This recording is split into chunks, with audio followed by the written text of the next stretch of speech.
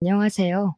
저는 서울에서 크고 유명한 유치원에서 유치원 교사로 근무하고 있는 20대 후반의 여성입니다. 전 유치원 교사라는 저의 직업에 매우 만족하고 있어요. 아이들은 재고 따지는 것을 몰라서 제가 일만큼의 관심을 제공하면 10만큼의 사랑을 듬뿍 줘요. 그뿐만이 아니라 제가 늦잠 자서 거지 같은 옷을 입고 머리가 산발이 돼서 출근해도 외향적인 모습들보다는 저 자신 그 자체를 좋아해줘요. 이렇게 순수하고 해맑은 아이들의 눈에서 세상을 바라보면 어려운 일이 쉽게 풀리기도 하고 힘든 일도 재밌는 일로 변하곤 하죠. 이러한 천사들과 함께 시간을 보내며 행복하게만 살던 제게 아주 기막히고 황당한 일이 벌어졌는데 제 사연 한번 들어보세요. 사실 저는 얼마 전까지만 해도 결혼을 앞둔 예비 신부였어요. 저의 예비 남편은 유아 체육 특강 강사였어요. 제가 근무하고 있는 유치원은 일주일에 한 번씩 외부에서 특강 강사가 와서 체육 특강을 해요. 우리 유치원은 체육 특강 시간이 되면 아이들도 선생님도 너무 좋아해요. 아이들은 매일 보던 선생님이 아닌 새로운 선생님과 마음껏 뛰어놀 수 있으니 좋고, 선생님들은 특강 선생님이 아이들과 신나는 시간을 보내주시니 수업에 대한 부담감이 줄어들어서 좋아요. 게다가 체육 특강은 여자들만 있는 유치원에 남자 선생님이 오시니 뭔가 기분 전환도 되고 약간은 설레는 그런 시간이에요. 예비 남편이 진행했던 체육 특강은 아이들의 신체를 더 많이 움직이게 하려고 미니 허들이나 뜀틀과 같은 큰 체육 교구를 펼쳐놓고 진행돼요. 그러다 보니 수업 준비와 마무리를 하는데 시간이 꽤 많이 필요하여 막내인 제가 강사가 오면 함께 수업 준비도 하고 뒷정리도 도와주고 했었어요.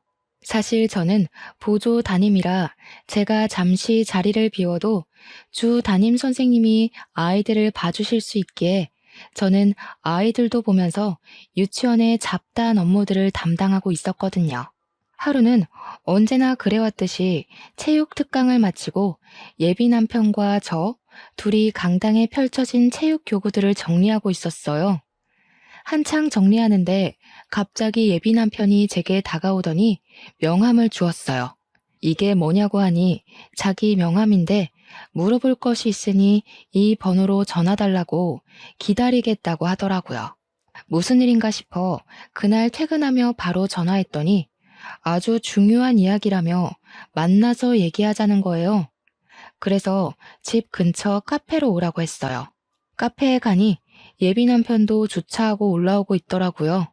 같이 카페로 들어가서 나란히 서서 주문을 하다가 힐끗 봤는데 평소처럼 운동복이 아닌 깔끔한 셔츠에 슬랙스 바지를 입고 나왔어요.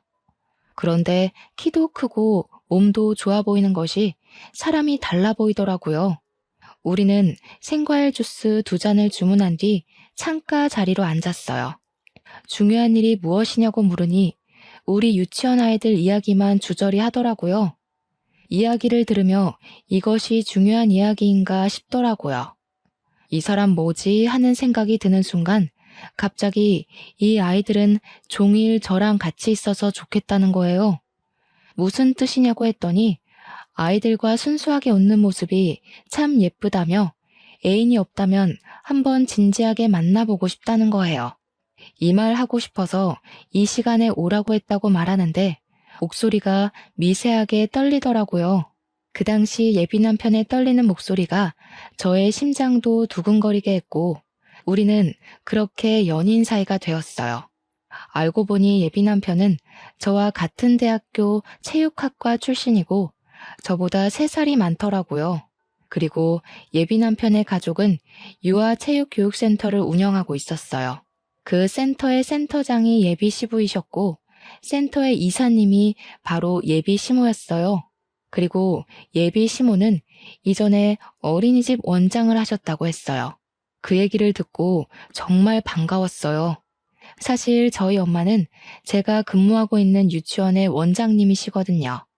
뭔가 두 분이 만나면 이야기가 잘 통할 것으로 생각했어요. 그래서 우리 엄마가 유치원 원장 선생님이라고 이야기를 할까 했다가 말을 하지 않기로 했어요. 예비 남편이 우리 엄마에 대해서 그다지 궁금해하지도 않았고 예전에 유치원에서 막 근무하기 시작할 때 원장님 딸이라는 사실을 알고 은근히 편견을 갖더라고요. 지금은 다들 너무 잘해주시지만 그 당시 너무 상처를 많이 받아서 나중에 결혼을 앞두면 그때 말해야겠다고 생각했어요.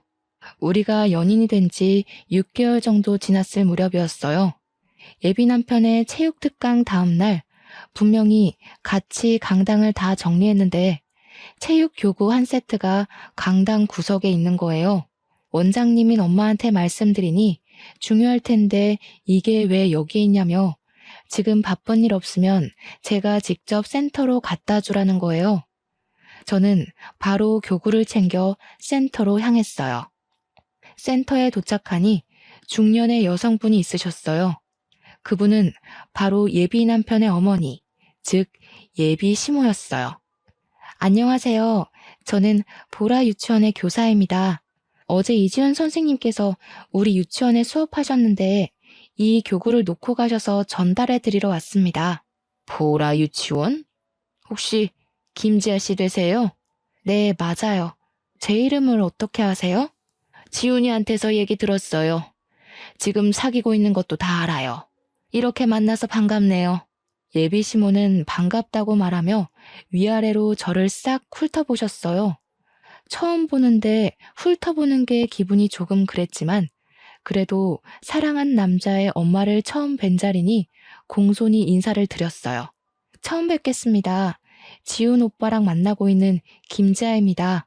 그런데 우리 지훈이가 지아씨 얘기할 때 센스도 있고 성격도 좋다던데 옷 입는 센스는 좀 별로네?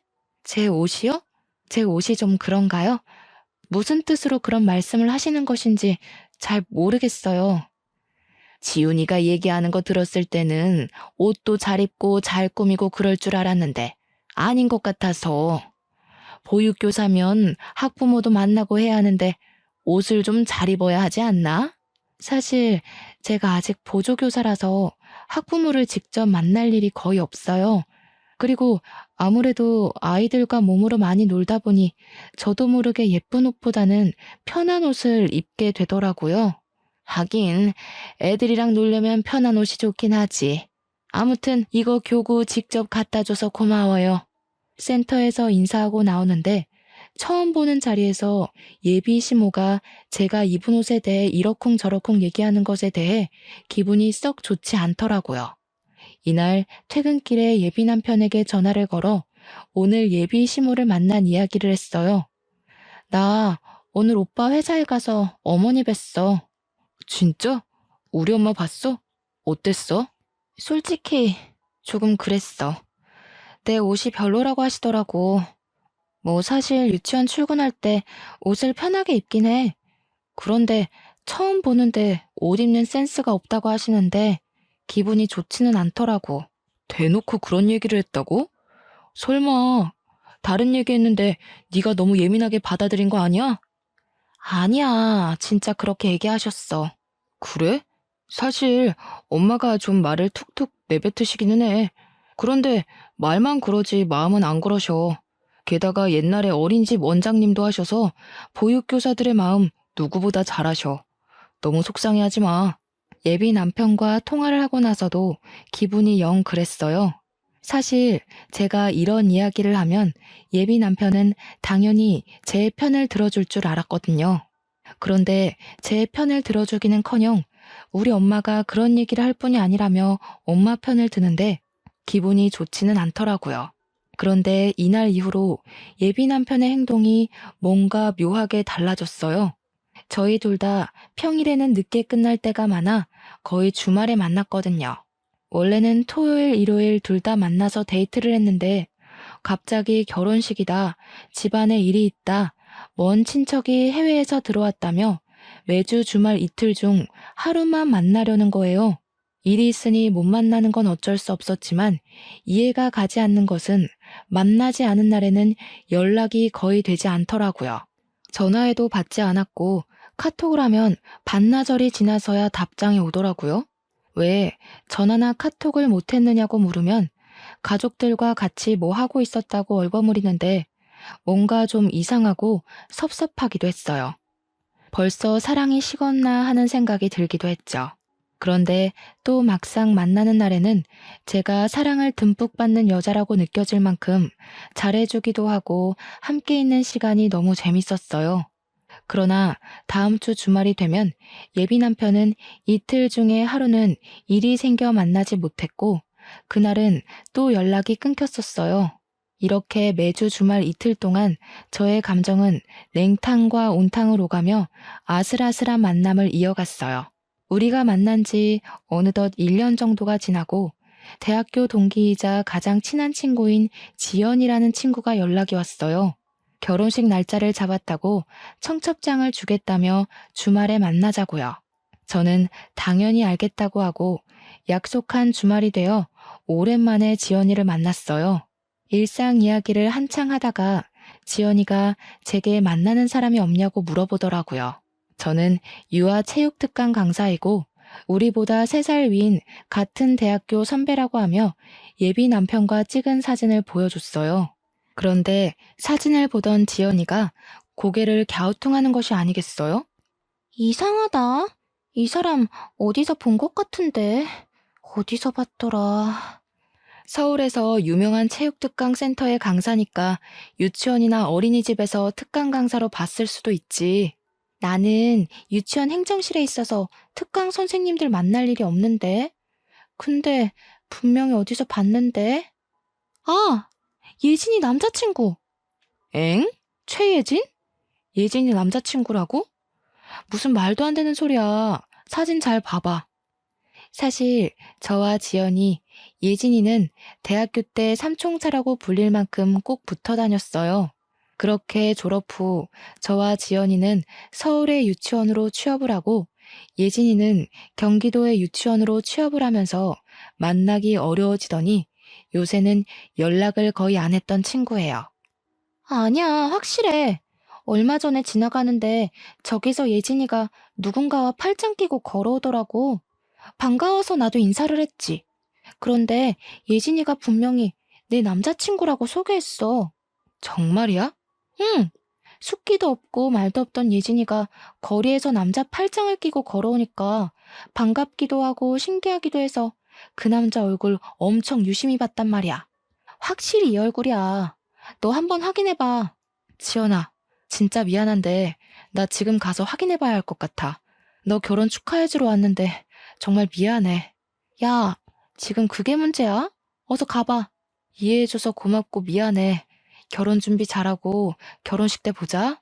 저는 지연이와 헤어진 후 바로 예비 남편에게 전화를 걸었어요. 전화하니 역시나 안 받더라고요. 그러나 오늘은 반드시 통화해야겠다는 생각에 받을 때까지 전화를 걸었어요. 13통째 전화를 하자 드디어 받더라고요. 지금 당장 급하게 할 말 있다고 만나자고 했더니 지금 친구 병문안 와 있어서 못 간다고 하더라고요. 그럼 올 때까지 예비 남편 집 근처 카페에서 기다리겠다고 하고 끊었어요. 카페에 가서 예진이의 SNS를 뒤져서 예진이의 사진을 찾아봤어요. 예진이가 워낙에 사진을 찍기 싫어해서 그런지 예진이 본인의 사진은 없더라고요. 그래도 사실 확인을 위해서는 예진이의 사진이 필요하다는 생각이 들어 동기들의 SNS를 뒤져서 대학교 졸업여행 때 찍은 단체 사진을 발견했어요. 다행히 거기에 예진이의 얼굴이 선명히 찍혀 있더라고요.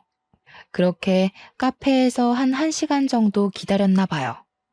카페 문이 열리더니 예비 남편이 화가 난 표정으로 오더라고요. 무슨 급한 일인데 이렇게 불러내. 퉁명스럽게 말하는 예비 남편에게 저는 예진이의 얼굴만 크게 확대해서 보여줬어요. 예비 남편은 매우 당황하는 표정을 짓더라고요. 오빠, 얘 알아? 얘? 얘가 누군데? 나 몰라. 예비 남편은 말로는 모른다고 했지만 불안해하는 표정을 보니 아는 것 같았어요. 정말 모른다고? 내가 예진이를 어떻게 알아? 예진이? 난 얘 이름 말한 적 없는데. 아는 사람인가 보네? 예비 남편은 너무 당황한 나머지 제가 말하지도 않은 예진이의 이름을 말하더라고요. 예비 남편은 뭔가 아차 싶었는지 아무 말도 못하고 고개만 푹 숙이고 있었어요. 나 오늘 대학교 친구를 봤는데 내가 만나는 사람 있다고 오빠 사진을 보여줬어. 그런데 친구가 하는 말이 예진이가 오빠랑 팔짱을 끼고 가는 것을 봤다는 거야. 이거 어떻게 된 거야? 그러니까 어떻게 예진이를 알고 왜 팔짱을 끼고 다녔는지 우물쭈물하지 말고 솔직히 말해봐. 사실 예진이가 소망유치원 선생님이잖아. 그 소망유치원은 우리 엄마의 지인이 원장님으로 계시는 곳이거든. 예진이가 근무하는 유치원도 알아? 참나. 일단 들어봐. 소망유치원 원장님이 우리 엄마한테 전화해서 자기 원에 너무 좋은 보육교사 있다고 한번 만나보라고 하시더라고. 우리 엄마는 또 그 말에 거절 못하고 한번 나가보라고 해서 몇 번 밥만 먹었어. 뭐? 그럼 어머니한테 지금 나랑 만나고 있으니 안 나가겠다고 말씀드리면 되잖아. 얘기했지. 근데 엄마는 그래도 지인이 생각해서 소개해준다는데 안 나가면 예의가 아니라며 지아랑 결혼한 것도 아니고 한번 나가서 밥만 먹고 오라고 그러더라고. 엄마의 체면도 있고 해서 쉽게 거절할 수가 없었어. 그래? 그럼 100번 양보해서 예진이랑 처음에는 그렇게 밥 먹었다고 쳐. 그럼 식사 자리에서 예진이한테 만나고 있는 사람이 있는데 이러한 상황이라서 어쩔 수 없이 나왔다고 얘기하고 그 뒤로 안 만났으면 되잖아. 왜 굳이 팔짱까지 낀 거야? 처음엔 밥만 먹고 헤어졌지. 그런데 자꾸 만나자고 연락이 오더라고. 그런데 매몰차게 못 만나겠다고 할 수 없었던 게 소망유치원 원장님이 경기도권 유치원에 우리 회사 체육 특강을 많이 소개해 주셨거든. 그래서 요즘에 경기도권 유치원에서 특강을 해달라고 많이 오고 한단 말이야. 이런 상황에서 거절하면 우리 회사도 조금 곤란해질 것 같아서. 그래서 예진이랑 더 만나고 팔짱까지 끼고 걸어 다니셨겠다? 팔짱은 걔가 일방적으로 낀 거야. 나는 마음에도 없었다고. 기가 막혀서 정말 말이 다 안 나온다. 어찌됐든 내가 다 잘못했어. 엄마가 만나보라고 했을 때 딱 거절했어야 했는데 내가 센터 생각하고 엄마 생각하다 보니까 이렇게 됐어. 정말 미안해. 솔직히 예비 남편의 말이 다 변명처럼 들렸어요. 이쯤에서 그냥 헤어질까 생각도 했지만 또 막상 헤어질 생각을 하니 너무 슬프더라고요. 예비 남편이 좋아서 만난 것도 아니고 엄마와 센터를 생각해서 어쩔 수 없이 만났다니 이번 한 번은 눈 감아주기로 했어요. 아주 사랑에 눈이 멀었던 것이죠. 상황 들어보니까 오빠도 어쩔 수 없었겠네. 이번에는 그냥 넘어갈게. 그런데 앞으로는 예진이 절대 만나지 마. 예진이한테도 상황 잘 얘기하고 정리해. 알겠어? 알겠어. 예진이한테 바로 얘기하고 상황 정리할게. 정말 미안해. 그날 후로 예비 남편은 제게 많이 미안했는지 저에게 정말 잘해줬어요. 막말로 제가 죽으라고 하면 죽는 신용까지 할 기세였어요. 그렇게 한 달 정도 지나니 예진이와 예비 남편이 잠시 만났다는 사실이 자연스레 용서되더라고요. 뭐 서로 좋아서 만난 것도 아니고 상황이 어쩔 수 없었던 것이잖아요. 이제 그 일도 잊고 행복하게 만남을 유지하던 어느 날이었어요. 지아야, 이젠 토요일마다 우리 만나지 못할 것 같아. 왜? 무슨 일 있어? 사실 다음 주부터 토요일에 문화센터 특강 잡혔어. 아침부터 저녁까지? 응. 근데 월요일부터 금요일까지 하루도 쉬지 않고 유치원 어린이집 특강 가는데 토요일까지 문화센터 특강을 하면 힘들지 않겠어? 이제 우리도 결혼해야 하는데 돈 모아야지. 결혼하면 돈이 어디 한두 푼 드니? 결혼? 그럼 이제 우리도 나이가 있는데 언제까지 이렇게 연애만 해.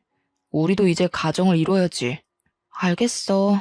아쉽지만 어쩔 수 없지 뭐. 나도 돈 착실히 모아두고 있을게. 오빠, 너무 무리하지 마. 알았어. 걱정하지 마. 그리고 우리 엄마가 너 보고 싶다는데 혹시 내일 시간 돼? 내일? 이렇게 갑자기? 그냥 아들이 만나는 사람이 어떤지 궁금해서 그러는 거니까 너무 어렵게 생각하지 마. 너무 갑작스러운 제안이었지만 그래도 이제 결혼도 생각해야 하고 예비 남편의 가족들이 궁금하기도 해서 다음날 바로 예비 남편의 집에 가기로 했어요. 어서 와요. 지훈이한테 이야기 많이 들었어요. 예쁘게 봐주셔서 감사합니다. 과일 좀 사왔어요. 집에 과일도 많은데 어쨌든 사왔으니 잘 먹을게요. 고마워요. 예비 시부는 어서 오며 반갑게 맞이해 주셨지만 예비 시모는 뭔가 불만이 가득한 표정으로 저를 바라보셨어요. 편하게 먹으라고는 하지만 전혀 편하지 않았던 식사가 마치고 제가 사온 과일과 커피를 마시는데 예비 시모가 계속 저를 위아래로 훑어보시더라고요. 지아 씨 부모님은 뭐 하세요? 저희 아버지는 중소기업에 다니시고 저희 엄마는 보라 유치원 원장님이시라고 말하려는데 예비 시모가 말을 가로막았어요. 중소기업? 중소기업이면 돈 얼마 못 버시겠네? 그래도 생활에 부족하지는 않게 월급 많이 받으세요. 그래봤자 중소기업 월급이 거기서 거기지 뭐. 그래서 그런가 지아 씨는 예전에 센터에서 처음 봤을 때도 옷이 좀 그러더니 오늘도 그러네. 난 그래도 예비 시댁에 처음 인사 오는 자리인데 백화점 명품 옷은 아니더라도 좀 좋은 옷 입고 올 줄 알았는데. 사실 제가 패션에 별로 크게 관심이 없어요. 그래서 꾸밀 줄도 잘 모르고요. 그래도 여자인데 좀 꾸미고 다녀야지. 안 그래? 그러다가 나중에 남편이 바람나면 어쩌려고. 엄마, 난 그래도 지아 자체가 좋아서 바람 안 펴. 지아가 결혼해서 주름살이 자글자글해져도 주름살마저 사랑할 거야. 지금이야 한창 뜨거울 때니까 그러고. 젊은 애가 시댁이 될지도 모르는 집에 처음 오는데 집에 있던 옷을 입고 온다는 게 말이 되니? 없어 보이게. 사실 오늘 이 자리가 편한 자리는 아니잖아요. 그래서 안 그래도 불편한데 괜히 새 옷 사서 입고 더 불편하게 경직돼서 있는 것보다는 집에 있는 가장 편하고 깔끔한 옷을 입고 오는 게 더 좋아 보일 것 같아서 이렇게 입은 거예요. 그래, 일단 알았다. 근데 그래도 아버지가 중소기업에 다니시는 게 조금 걸리네. 노후 준비는 제대로 되셨는지 몰라.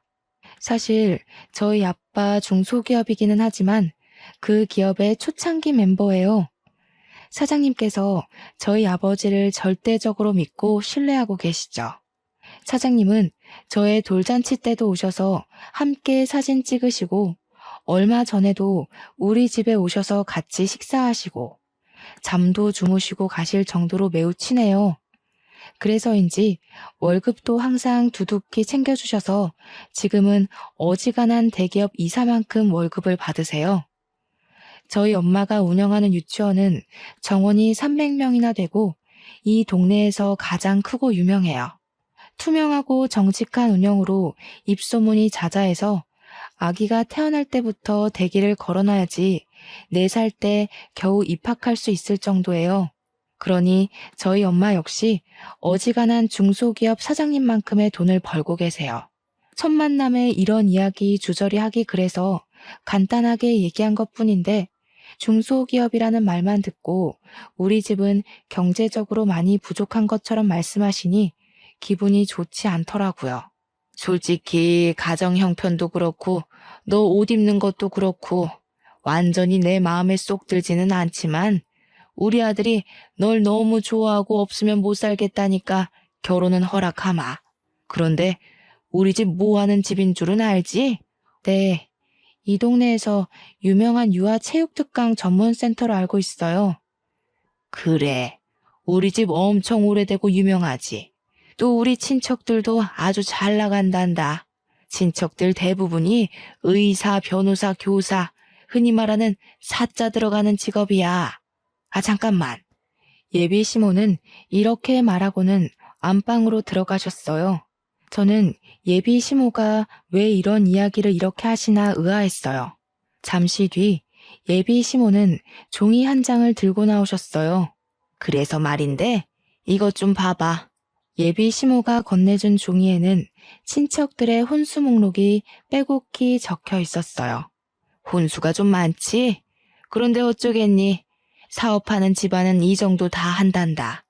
그런데 중소기업 월급으로 이걸 다 준비할 수 있으려나 모르겠네. 일단 너희 부모님께 말씀드려보고 다시 얘기해보자꾸나. 솔직히 말해서 친정 부모님 앞으로 된 땅도 있고 할아버지 유산도 있고 부모님이 절대 적지 않은 월급을 받으시니 혼수를 하는 것은 크게 문제되지는 않았어요. 그런데 예비 시모가 말끝마다 경제적으로 은근히 저희 부모님을 깎아내리시는 태도가 마음에 들지 않았어요. 저희 엄마는 아무리 어린 사람을 만나도 꼬박꼬박 존댓말을 쓰시고 학부모님들이 매일 씻지 않고 잠옷 차림으로 아이들을 맡기러 오셔도 거기에 대해서 아무 말도 하시지 않거든요. 오히려 선생님들이 뒤에서 수군대면 함부로 겉모습을 판단하는 것 아니라며 크게 혼내셨어요. 그런 엄마 밑에서 자라서 그런지 예비 시모의 말투며 행동이 정말 마음에 들지 않았어요. 그래도 실은 내색하지 않고 표정 관리 잘하며 무사히 예비 시댁과의 첫 식사 자리를 마쳤어요. 예비 남편은 저를 데려다 준다고 차에 타라고 했어요. 우리 집에 처음 온 소감이 어때? 기분 상하지 말고 들어.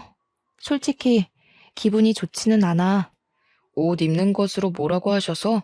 우리 엄마가 어린이집 원장님이었잖아. 아무래도 여자들이 많은 직업이다 보니까 옷 입는 그것에 관해 관심이 좀 많으셔서 그래.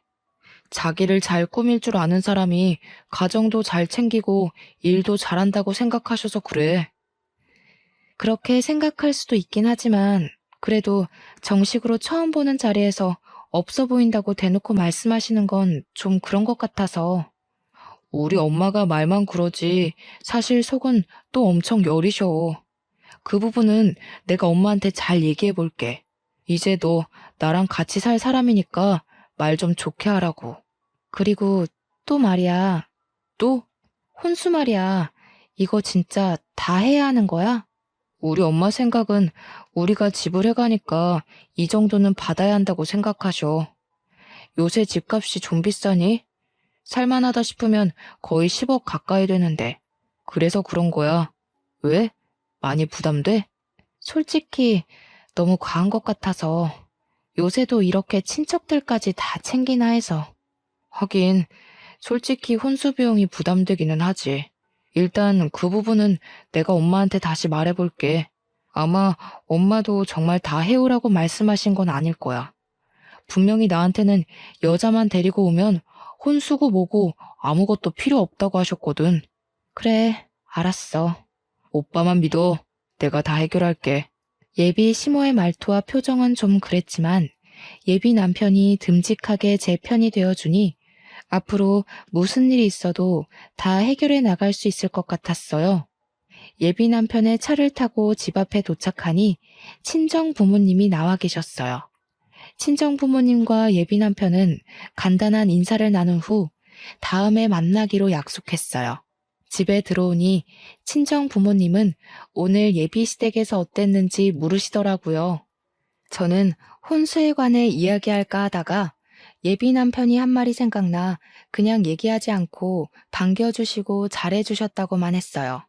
그래도 뭔가 예비 시모가 저를 마음에 들지 않는 것 같아 속이 상하더라고요.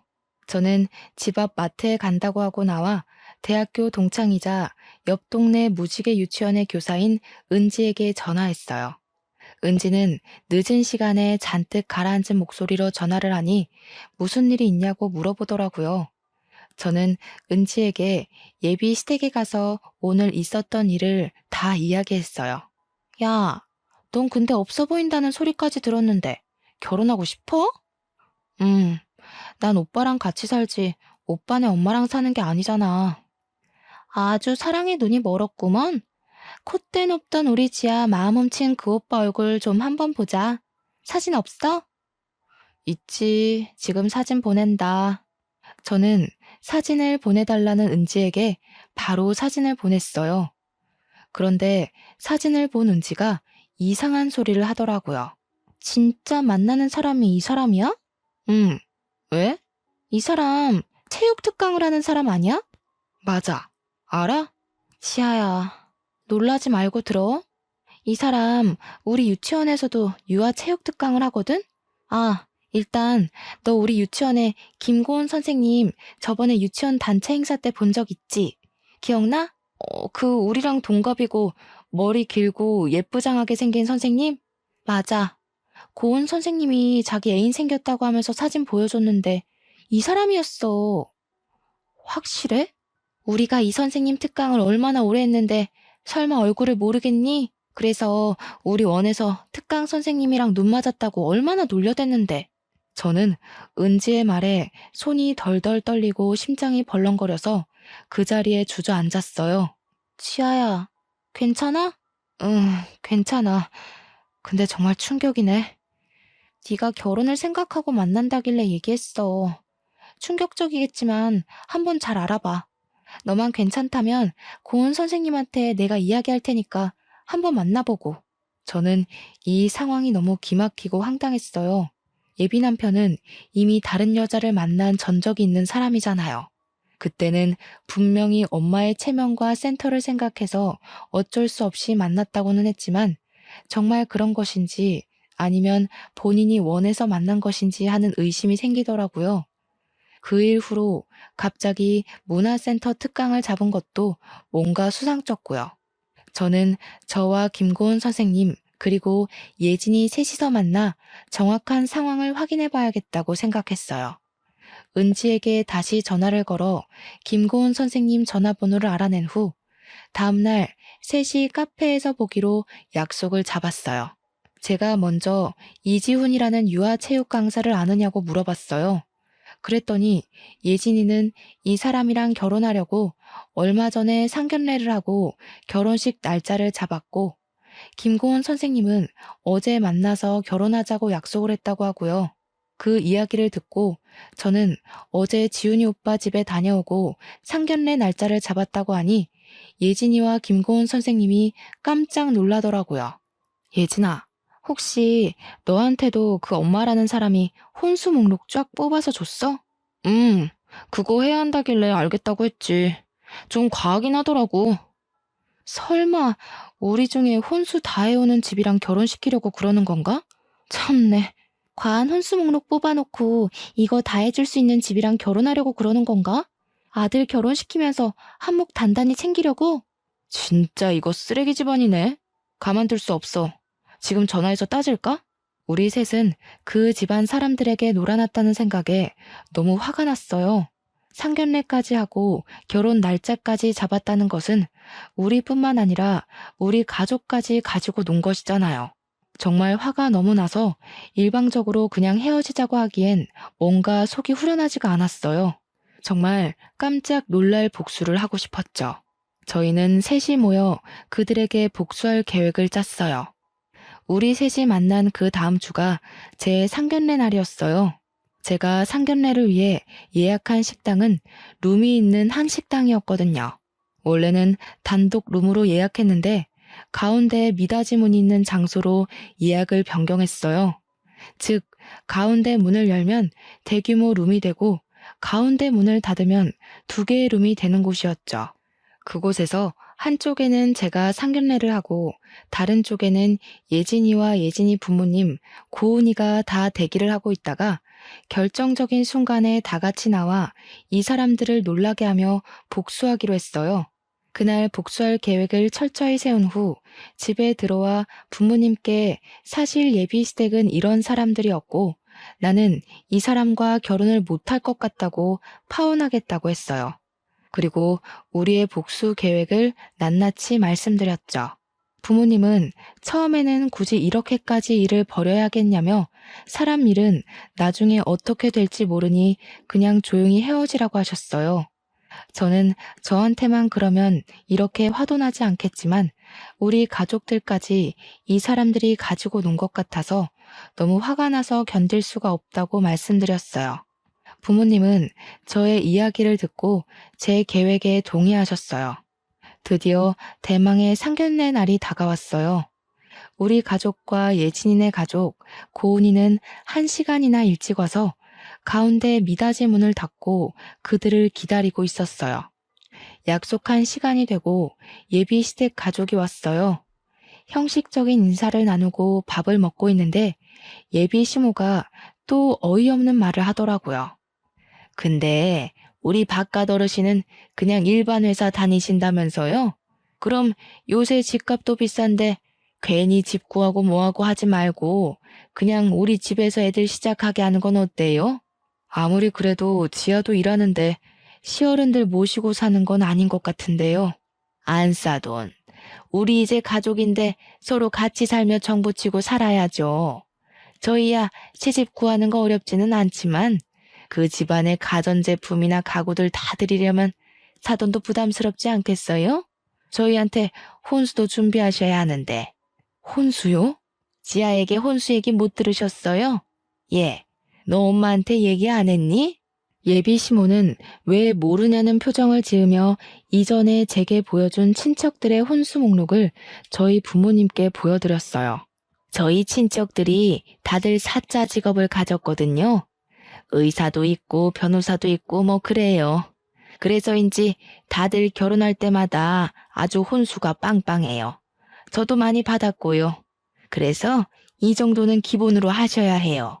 사돈, 그래도 이것은 너무 과한 거 아닌가요? 어머, 우리 바깥 사돈 모르는 소리 하시네. 요새 이 정도는 기본이에요. 제 지인 딸은 이보다 더 많이 혼수 마련해서 가더라고요. 이 정도도 못하면 사실 고민이 좀 될 것 같은데. 그래요? 다들 이 정도 혼수는 준비해 가나 봐요. 그럼요. 사실 저번에 우리 아들 쫓아다니던 여자애가 한 명 있었거든요. 그런데 우리 아들이 지아가 그렇게 좋다고 해서 그 집 여자애 만나지 못하게 할 명목으로 우리 집에 시집 오려면 이렇게 혼수 다 해와야 한다고 했더니 알겠다고. 자기 친구는 이것보다 혼수 더 준비하던데 이 정도는 너무 간소하다고 하던데요. 예비 시모가 온갖 시건방진 표정으로 한창 얘기하는데 중간 문이 열렸어요. 그리고 화난 표정으로 예진이 부모님이 등장하셨죠. 예비 시모는 예진이 부모님을 보고 깜짝 놀라 마시던 물을 그대로 뿜었어요. 지금 그 얘기는 우리 예진이 말하는 것이오? 아니 바깥 사돈이 어째서 여기에 계세요? 바깥 사돈이요? 도대체 당신의 바깥 사돈은 저분입니까? 아니면 저입니까? 지금 이게 뭐 하시는 짓입니까? 이보세요. 순진한 애들 깨어서 이게 지금 뭐 하는 짓이에요? 진짜 이 사람 안 되겠네. 제 아들 결혼시키면서 장사하세요? 장사라니요. 사실이지 않나요? 아들 결혼시킨다는 명목으로 이 집 저 집 부모들 만나며 어느 집에서 돈을 더 많이 뜯어낼 수 있는지 저울질하고 있었던 것 아닌가요? 아니에요. 무슨 그런 섭섭한 말씀을 하세요. 저 나름 사명감 가지고 어린이집 원장까지 했던 사람입니다. 제가 설마 그랬겠어요? 그게 아니면 뭔데요? 저는 제 딸 이 집으로 시집 못 보내니까 그런 줄 아세요. 애들 결혼 없었던 일로 합시다. 저도 예진이 이 집 못 보냅니다. 결혼 다 없던 일로 해요. 그러시지들 말고 잠깐 제 얘기 좀 들어보세요. 무슨 얘기요? 이 상황에서 할 얘기가 더 남았나요? 저는 할 얘기 없습니다. 같이 얘기하는 시간도 아깝네요. 지금 당신 머리털 다 뽑아버리고 싶은 거 꾹 참고 있으니까 더는 붙잡지 마세요. 예진이 부모님은 예진이의 손을 잡아 끌고 그 자리를 나왔어요. 저와 저희 부모님도 그 뒤를 따라 식당을 나왔죠. 집으로 돌아오며 이상한 남자 만나서 부모님께 겪지 않아도 될 일을 겪게 만든 것 같아서 죄송하다고 했어요. 부모님은 결혼하고 나서 실체를 알고 이혼하는 것보다 차라리 지금 알아서 파혼으로 끝낸 게 다행이라고 하시며 그런 얘기하지 말라고 위로해 주셨어요. 폭풍이 휘몰아친 주말이 지나고 월요일이 되자마자 엄마는 체육 특강을 취소했어요. 유치원 선생님들은 예비 남편의 수업이 너무 좋았는데 왜 갑자기 취소하시냐고 너무 아쉽다고 하셨지만 저희 엄마는 별다른 말씀은 안 하시고 그냥 일이 있어서 취소한다고 하셨어요. 예비 남편은 그 뒤로 연락도 없고 그렇게 우리는 다시 볼 일이 없을 줄 알았어요. 일주일 정도가 지났을까요? 예비 남편에게 전화가 왔어요. 한 번만 만나자고요. 만나기 싫었지만 저도 남편도 비슷한 업종에서 일하니 언젠가는 다시 볼 수도 있으니 헤어질 때 깔끔하게 끝내야겠다는 생각에 만나기로 했어요. 잘 지냈니? 그동안 많이 후회했어. 정말 미안해. 미안? 됐고, 오늘 내가 이렇게 나온 이유는 깔끔하게 정리하려고 온 거야.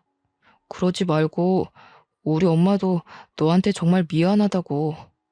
혼수고 뭐고 다 필요 없고 그냥 몸만 와도 된다고 하시더라. 우리 다시 시작하면 안 될까? 오빠는 꼴을 보고도 결혼하자는 말이 나와? 그리고 다시 시작? 예진이랑 고은이는 어쩌고 나한테 와서 결혼을 하재. 엄마의 부탁에 어쩔 수 없이 예진이도 보고 고은이도 만났지만 항상 내 마음속에는 너뿐이었어. 진짜야. 엄마의 부탁? 오빠는 엄마가 부탁하면 결혼도 하고 이혼도 하겠다. 그치?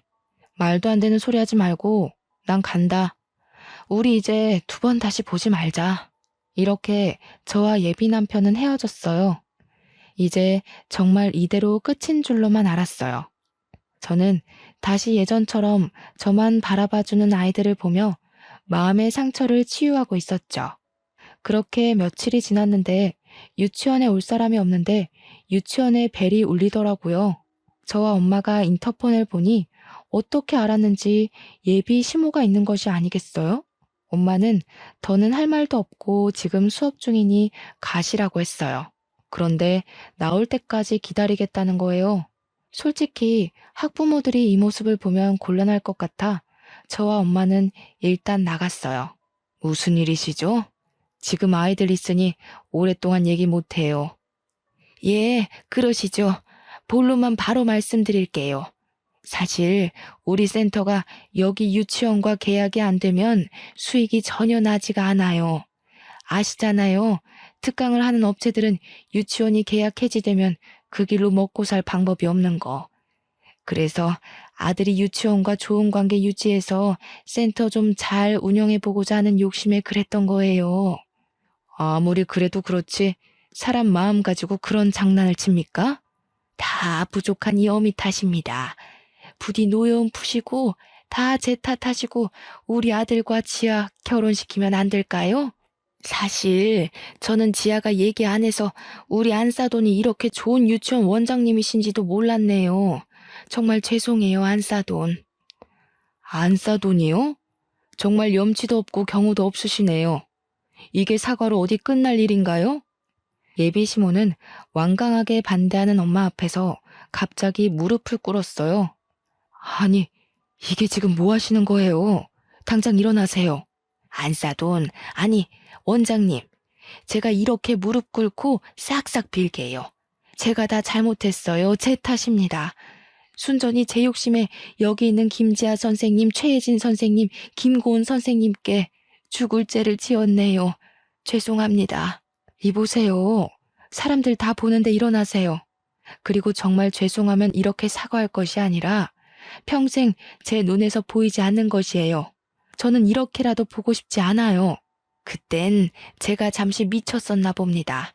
사실 제 아들의 바람길을 알고 3명의 유치원 선생님을 만난다고 했을 때 처음에는 반대했어요.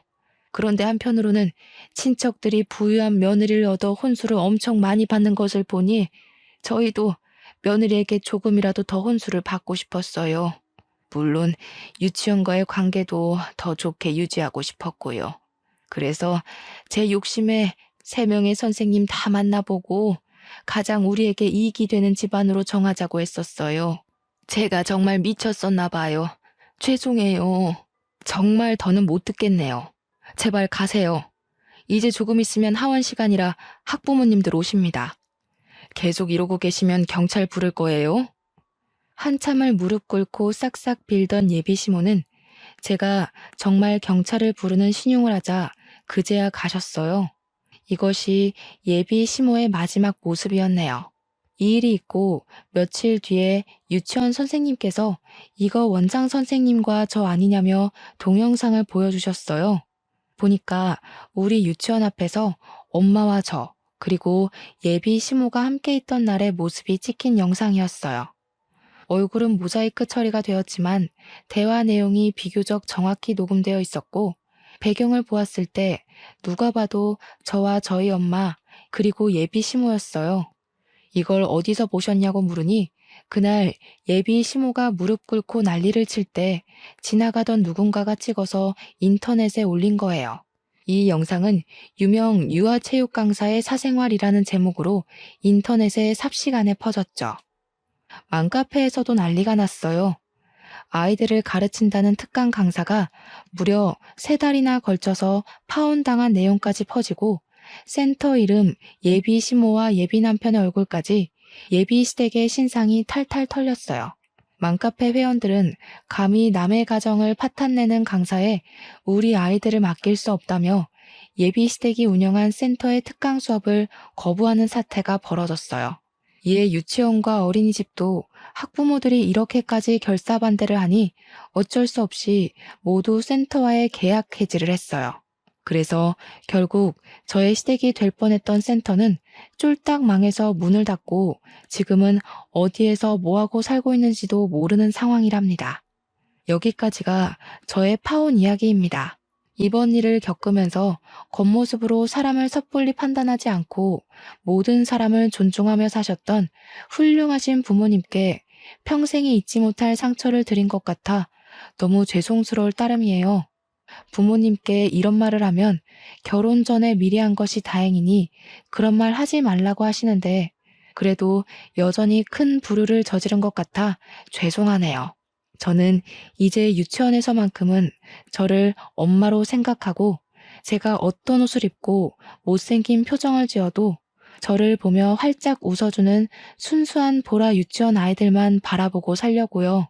물론 이러다 정말 운명의 상대가 제 앞에 나타나서 결혼을 생각할지도 모르겠어요. 그러나 또다시 그런 기회가 온다 해도 지금처럼 사랑에 눈이 멀어 부모님의 가슴에 못을 박는 일은 절대 하지 않을 거라 다짐을 해봅니다. 마지막으로 항상 제 편이 되어주시고 누가 봐도 정직한 삶을 살아오신 우리 부모님 너무 사랑합니다. 그리고 언제나 나를 웃게 하는 보라 유치원 아기들아, 너희들은 내 삶의 활력소란다. 사랑해. 지금까지 저의 사연 들어주셔서 감사합니다.